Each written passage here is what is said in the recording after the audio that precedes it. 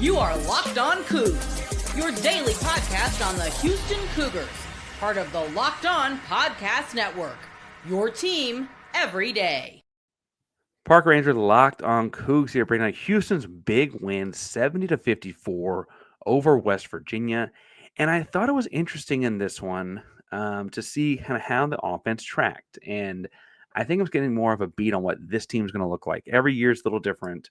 A couple years ago, you had Marcus. A couple years before that, you had Ladiki was a little bit different kind of point guard running the offense.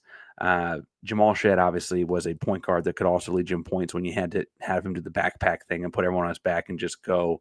This year's team is different. Every year's team is different. And what's interesting in this game is what you saw was Emanuel Sharp hit crazy hot early. I mean, 3 threes. I don't think any of them were from inside of 27 feet. Just fuego stuff early, right? He then had like a steal and a breakaway that with an and one layup and made the free throw. And it was like, okay, this is the Emanuel Sharp game. He missed a couple heat checks after that. The half finished with a lot of Juwan Roberts. I think he finished with 17 and a half, if I'm right. 17 points in the half. Yes, 17 points in the half. And, again, he had 17. The conference leading score for West Virginia had just 13. You felt pretty good about your odds at that point.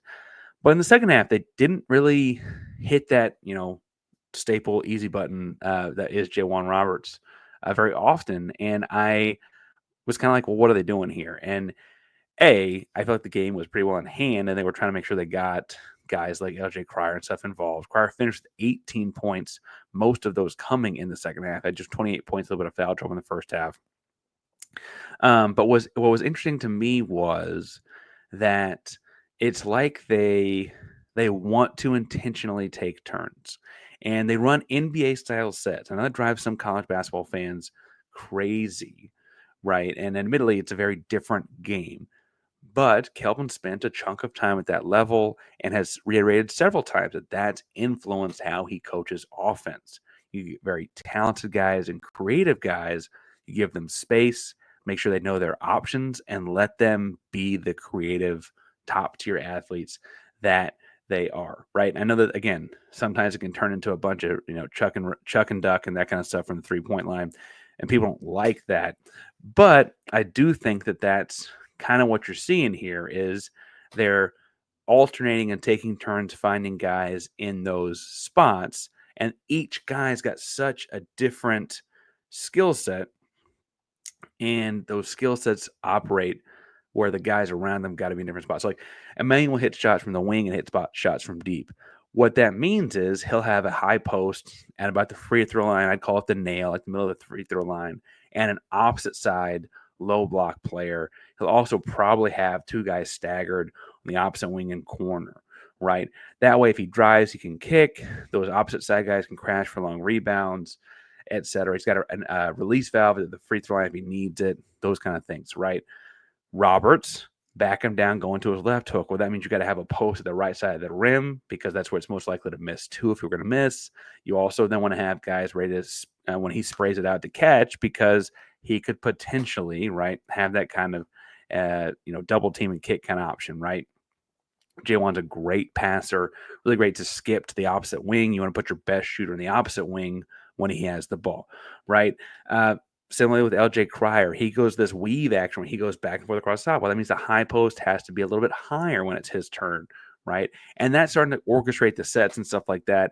And while it's not perfected yet, it's also just mid-January, and you're starting to see like the routine here, right? It wasn't a Milo Suzanne scoring kind of night. I'd argue he played very well, though, in his 35 minutes at 8 points, 4 assists, 7 rebounds, and 2 steals. And I feel like the steals were impressive and impactful just because it was getting after Javon Small both times. But neither here nor there. That when each of them has these different things, they're going to essentially spend some time scrambling to the correct spot and being in their attack spot for that guy, right? Now, in that does kind of slow things down. Houston already runs a slow offense. They got a shot clock violation and nearly a couple more in this one. It was not pretty. And there are other aspects of this one to fix, too. I mean, Houston's offense is far from perfect. They shot just 75% from the free throw line. got there just 12 times. I'd be more upset about just getting there 12 times personally. I like guys who attack the rim more and that kind of stuff, especially when Jawan is having the kind of night he had. I'd be like, let's feed that, let's get in the block, those kind of things. But I get that. Houston had just 11 assists. Not that they're ever a team that's going to have 20 and that kind of stuff. They don't do that kind of an offense a whole lot.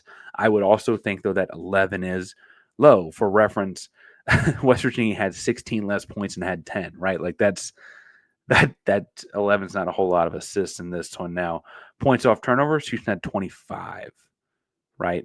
That's the speed. That's the times you see Houston break it out and burst.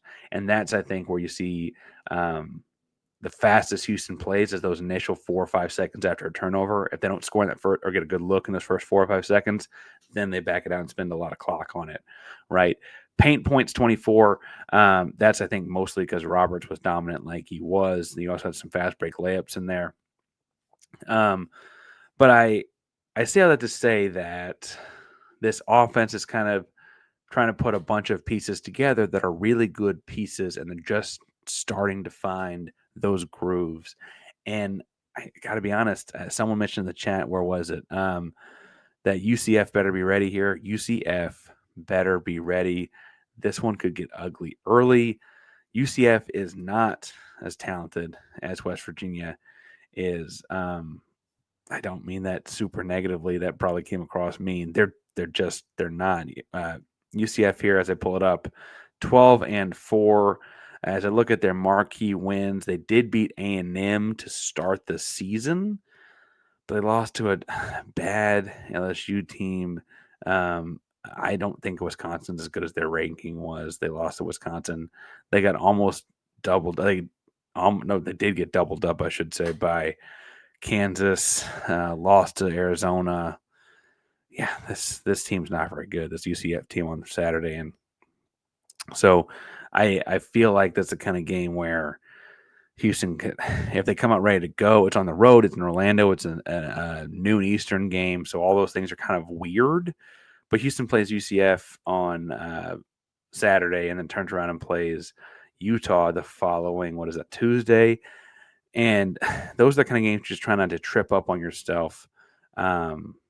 And get, because you get Kansas the following weekend. Right now, I got more comments here. I want to address one or two because I appreciate you guys for coming into the live stream here. Again, we're live post game Locked on Coogs on YouTube, so make sure you subscribe and hit the bell so you know we're live.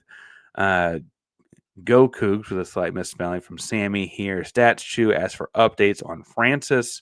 Looking at bench production, I personally do feel like you had a pretty decent showing from him today. I thought his impact was far more defensive. He had, He had a couple, not blocks, I guess it's technically like they're just shooting over him, but help side, like gallop leaps kind of things where he's to turn the pass.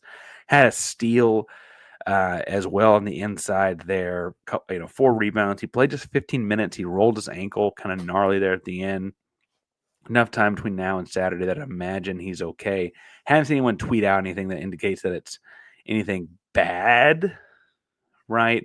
But I do think that he's the kind of guy that he had injury to start the season. He had one a couple years ago. I think you just got to kind of be gentle and ginger with the way that you go about his health. The bigger you are, the more of a body you've got on top of those feet and ankles. Leg stuff can get kind of bad kind of fast. The ankle thing, though, he was just like sliding across the lane, like defensive slide, sliding across the lane, and he turned it, right? So I think he's going to be fine. Put some extra tape on it as he gets out there. Maybe take the morning off or something, but he'll be okay. I want to talk some about a comment from the West Virginia head coach DeVry, in a second. How Houston's going to be okay as well. But before we get too far, I want to remind you that today's show is brought to you by our buddies over at Prize Picks. Now, this message is brought to you by Prize Picks, the place to get real money on sports action. With over 10 million members and billions in winnings, Prize Picks has changed the game in daily fantasy sports. Whether it's the playoffs or the regular season, Prize Picks has made it easier than ever to win big while enjoying all the football action. Now it's playoff time, and there's no better way to get on the action than with Prize Picks. Here's how it works: simply pick more or less on at least 2 players. If your picks hit, you can win up to 1,000 times your cash. Yes, that's right, 1,000 times your cash just by making a few simple picks. For me, I'm all about hot takes this season. This week on Prize Picks, I'm looking at Lamar Jackson. Big Lamar Jackson guy, mostly because the better he does, the better we get to talk about that Houston Cougar win, but I digress. Over 250 passing yards, Travis Kelce 170 receiving yards as well. Call me a Swiftie, I don't care. It's fun to predict and easy to play. Plus, with Prize Picks Flex Play, you can still get double your money even if one of your picks doesn't hit. And with the app, so download the app, you can get your winnings fast, sometimes in as little as 15 minutes. Ready to run your game this football season. Download the app today and use code LOCKEDONCollege and get $50 instantly after you play your first $5 lineup. That's right. That's $50 just for playing. $50. Don't wait to take your game to the next level. It's Prize Picks, prizepicks.com. Run your game.